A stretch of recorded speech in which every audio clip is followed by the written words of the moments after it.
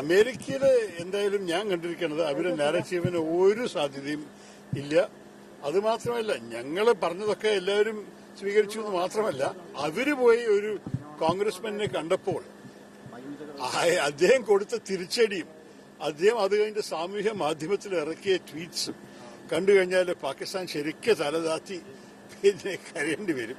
അവരുടെ എതിരാണ് എല്ലാം പറഞ്ഞിരിക്കുന്നത്. നിങ്ങൾ എന്തുകൊണ്ടാണ് ഈ ഭീകരവാദികളെ നിങ്ങൾ ഒളിക്കണത്? എന്തുകൊണ്ടാണ് ജെയ്ഷെ മുഹമ്മദിന്റെ ആൾക്കാർ ഇപ്പോൾ കൂടി നിങ്ങളുടെ നാട്ടിൽ ഓടി നടക്കുന്നത്? എന്തുകൊണ്ടാണ് ലഷ്കർ ഇ തോയ്ബ അവർ ജോലി ചെയ്യുന്നത്? ഓരോന്നായിട്ട് ചോദിക്കാനുള്ളത്. ഇതാണ് പാകിസ്ഥാന്റെ ഒരു ഭയങ്കര വീക്ക് കേസാണ്. അവരെ പറഞ്ഞ് നടക്കേണ്ടത് അയ്യോ ഞങ്ങളൊന്നും ചെയ്തില്ല, ഇന്ത്യക്കാരെ അനാവശ്യമായിട്ട് ഞങ്ങളെ അറ്റാക്ക് ചെയ്തു.